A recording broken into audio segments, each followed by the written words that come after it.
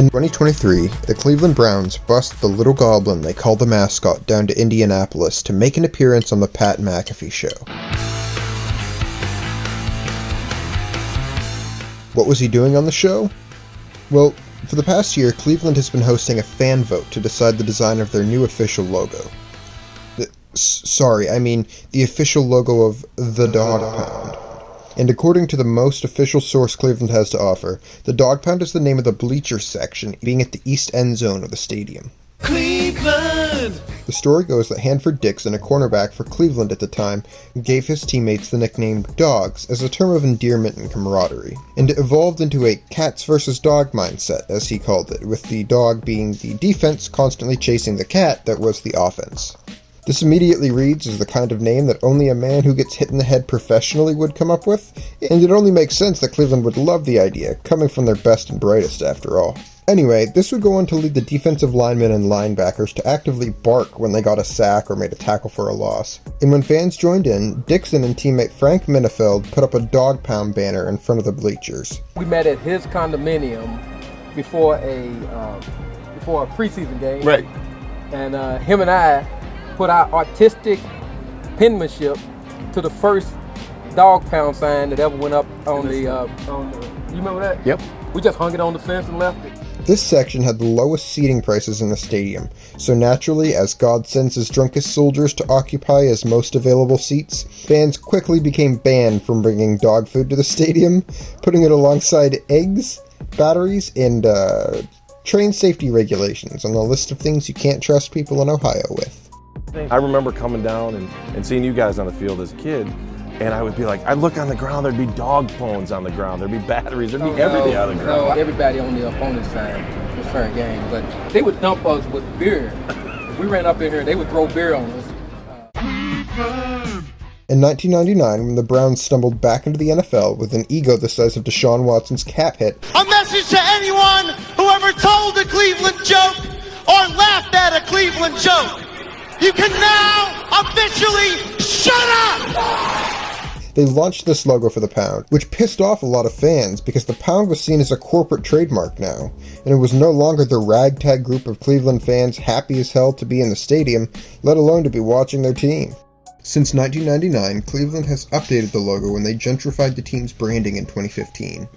And when 2023 rolled around, apparently the powers that be in Cleveland decided that it was time for a rebrand.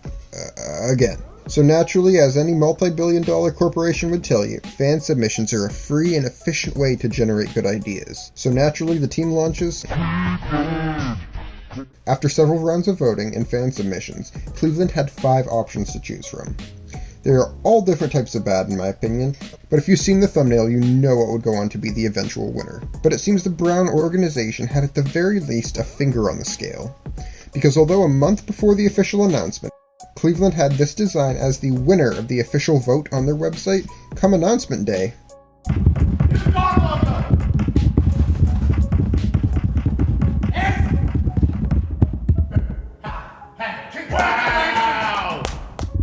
This purposeful overreach by the Browns organization went over a lot of football fans' heads, and I can't blame them for it. Not everyone is as logo-obsessed as I am. Here, I even got some creators' reactions.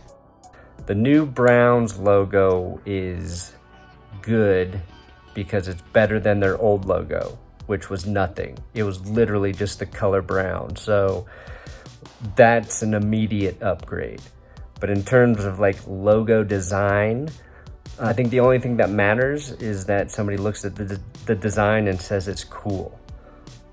I don't like this trend of all of these little hidden things within the design. Nobody gives a shit. I don't care if there's like the state of Ohio in the dog's ear or a building in its nose. Maybe that's cool for the people of Cleveland. Maybe that makes them appreciate the logo more, but I doubt it. I think it's such like a thing you just look at and instantly you either know that it's cool or it doesn't hit. So that's what I think. So the Cleveland Browns unveiled a new logo. I'm gonna be honest, they kinda needed one. Their original logo was kinda bland, and that's putting it lightly. It was just nothing. It was just a helmet with shit. Literally shit. It was just like puke orange or shit brown. I couldn't really tell which one. I'm gonna be completely honest here, I unironically like the logo. I think it's not overly pretentious, it's not super 90s in terms of trying to go over the top and edgy. I think it's just a basic logo. I think it represents the city well, it pays homage to the fan base, and I think this is how you rebrand a team correctly. I'm looking right at you, Washington. Cleveland Browns. The logo is orange, not brown.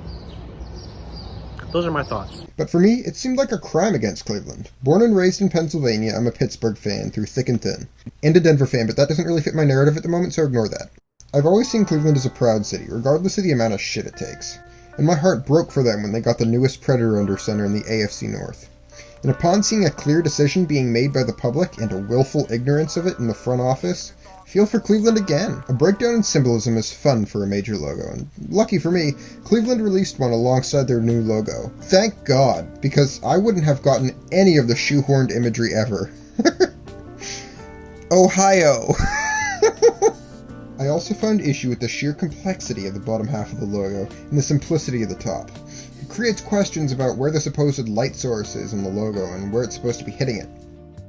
Maybe that's a personal gripe. The entire thing feels very crammed together. Like the logo was without meaning until the last minute of the submission, and they crammed vague at best Cleveland representation into it. Hell, I love this one tweet specifically, because even without seeing the guide they released, he was full faith able to attribute an entirely different piece of architecture to a part of the design. Because it's so corporate and vague. The reason this sucks, frankly, is because the ragtag group of lower income fans has suddenly become a marketable demographic. Before 1995, the fans controlled the dog pound, and it was barely recognized by the organization, let alone promoted. Suddenly, the imagery and identity they created was stripped from them and sold back at a price. And again, and again. Corporate greed is corporate greed, and when teams don't get what they want, so Cleveland will continue to make the dog pound a symbol of corporate profit and an invertebrate version of what it was before, all in the quest for the mighty dollar. So what can be done? I thought about this for a little bit, and there's one logo that the team doesn't own. The real winner of the vote, by @EmilyMorgan. Her page is linked below, so please, show it some love. Because although I dislike this logo personally, I actually thought it looked like a warthog at first, but I think it's the perfect representation of Cleveland. Why? Because something that seems so ugly on the outside, but is obviously so deeply loved on the inside, might be the best representation of a rowdy group of fans that a single logo could ever offer.